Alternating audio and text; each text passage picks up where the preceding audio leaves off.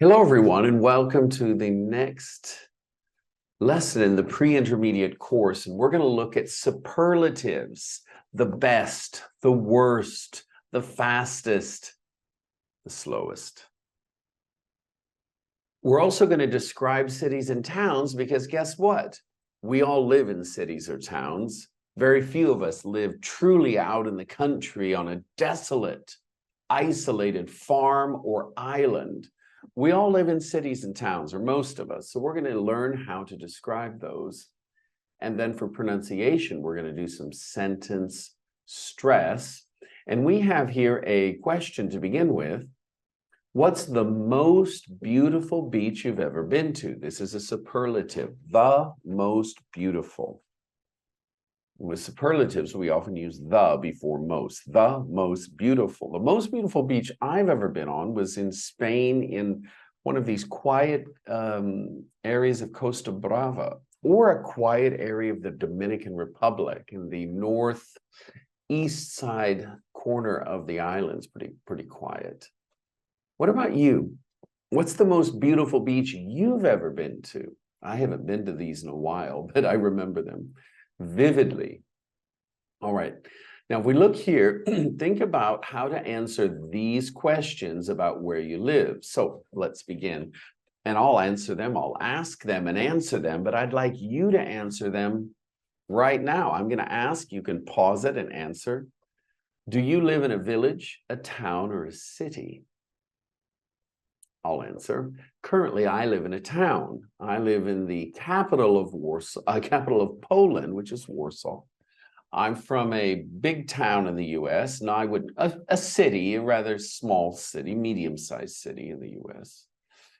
Poland is in sort of Central Eastern Europe, and it's about, how big is it? The city has about 2 million people. We don't say inhabitants very often, but you can say that, 2 million inhabitants. I don't know how big the geographical expanse is, but I know that there are about 2 million people who live here. It's a lovely city, pretty safe, knock on wood, and relatively prosperous. Now we're going to turn to, what about your city? What's it like? How big is it? Let us know, or let your speaking partner know. Now you're going to describe a town or city right here. Some very interesting words. You're going to have the opposite of boring is exciting. The opposite of crowded is one of these. And the other things, you're going to look for the opposites, but you're also going to look for what these mean. So you're going to look for the meaning. So first look for the meaning, then look for the opposite word right below. Then you're going to put these words in the correct columns. Here are the columns: religious buildings, places where you can buy things, historic buildings and monuments, and others like a bridge. So they give you examples to start with, and then you have to continue. All right. Now, here's a great way to practice. It says here activation. Activation means activate your speaking. Describe the nearest city in the same way as York. So here we have York. Here was how York was described. Maybe use the same word structure, sentence structure, same general words to describe your city compared to a neighboring city. This is really good. So I'll start here. St. Louis is a city in the center of the United States on the Missouri River. It's about It's about 200 miles southwest of Chicago. It's a large city, not a mega city, but a large city, and has a population of about 2 million people. It's famous for its arch, the St. Louis Arch, and its baseball team. They've got a very good baseball team. All right, so I've done it in the exact same manner, order, system that the book does. Now you try it. Just substitute the proper nouns for your cities. Very good practice to do this. Do it as I've done it there. Now, we're going to look at, where are we here? I'm going to go back to, here we go, grammar. We're going to look at superlatives. Now, this is going to be really interesting. Look at the photos. Which cities, which countries are the cities in? What do you know about them? And have you been to any of them? So if you look here, we've got Stockholm, Rome, Tokyo, Budapest, Vienna, Dubrovnik, and New York. So have you been to any of these beautiful places, interesting places? If so, you can tell your partner, speaking partner, about it. And then it's going to be really interesting. You can then try to guess which city is the winner of these 6 different categories. So we have 6 different categories. Which city is the winner, the first place?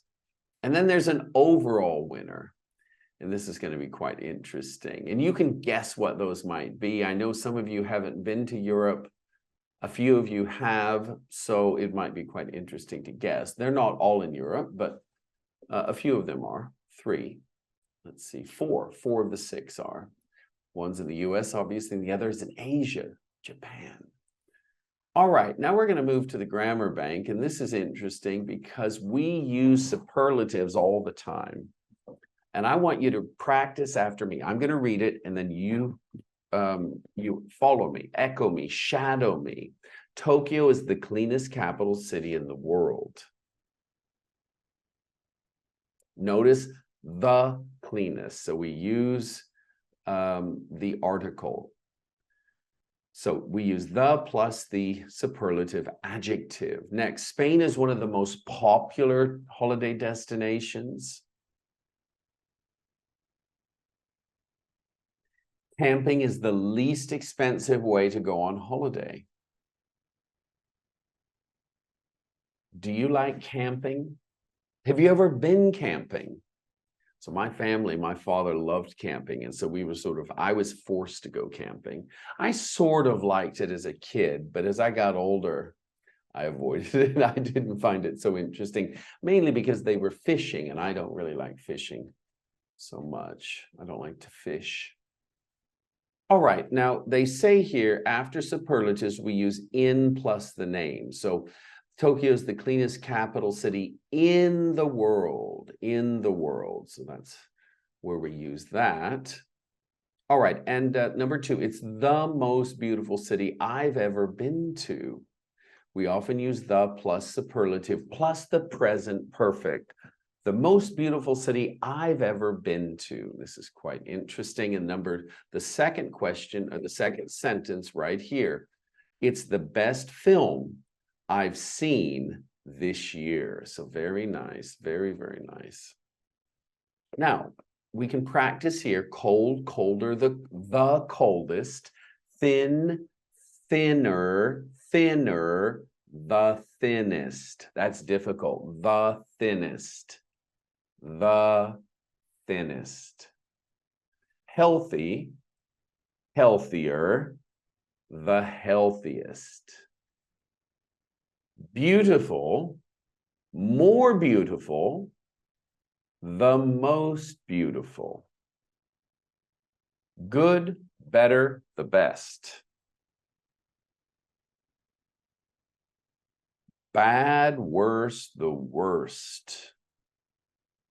And finally, far, further, or farther, 2 options, the furthest or the farthest. We have 2 options, they're basically the same. Just 1 letter difference. And why do we have 2 words that are functioning similarly?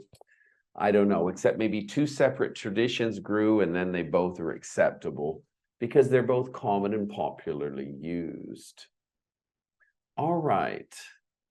Now you've got some homework here to do, and then we've got some listening. I think we've covered the rest here. That's right. So listening is going to be quite interesting because they do a great survey, and I really want you to listen to this. They pretend to lose their wallet in 16 cities. They lose their wallet, but they're watching it. and they find out which cities are the most honest. Which people give the wallet back, which of those take it.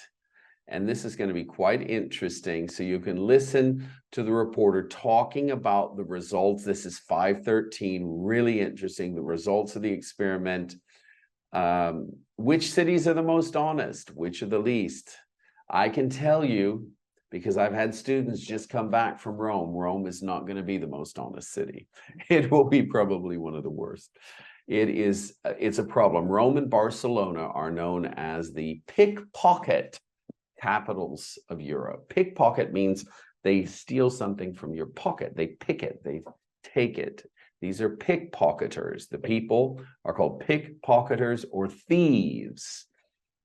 And they will do that. Now think about your nearest city near you. How safe is your city? If you left your wallet at the restaurant or the cafe and you came back, would it still be there? I remember 3 weeks ago, I left my computer cord, this cord here that powers my computer. I left it in the coffee shop. Now, that's not a wallet, so it's very different. But I came back 2 hours later and I was thinking, will it still be there? And thankfully it was, mainly because people, I think, thought someone was sitting there, so they didn't want to touch it. But I'm pretty sure, had it been something valuable, I'm not sure it'd still be there. A lot of people are walking around asking for money, so it's possible it wouldn't be there. What about your city? How safe and secure is it? I know in Japan, for example, you can leave your wallet, go to the bathroom or toilet and come back, and chances are it'll always be there. If there are Japanese in the restaurant, they just don't have a tradition of stealing things in such environments. So it's very interesting how different places are. And obviously, it's going to depend a little bit on the socioeconomic levels, how rich the country is, how poor the country is. That obviously plays a role. And then finally, we have here pronunciation and speaking. You're going to practice these. And again, pronunciation you should take very seriously, because this is a chance to sound more like a native speaker, to sound more natural than you normally do. Well, that's it. You've got a lot of work. I think very interesting, especially the listening. Make sure and do the listening, and then we'll talk about it. Study well. Speak soon. Bye-bye.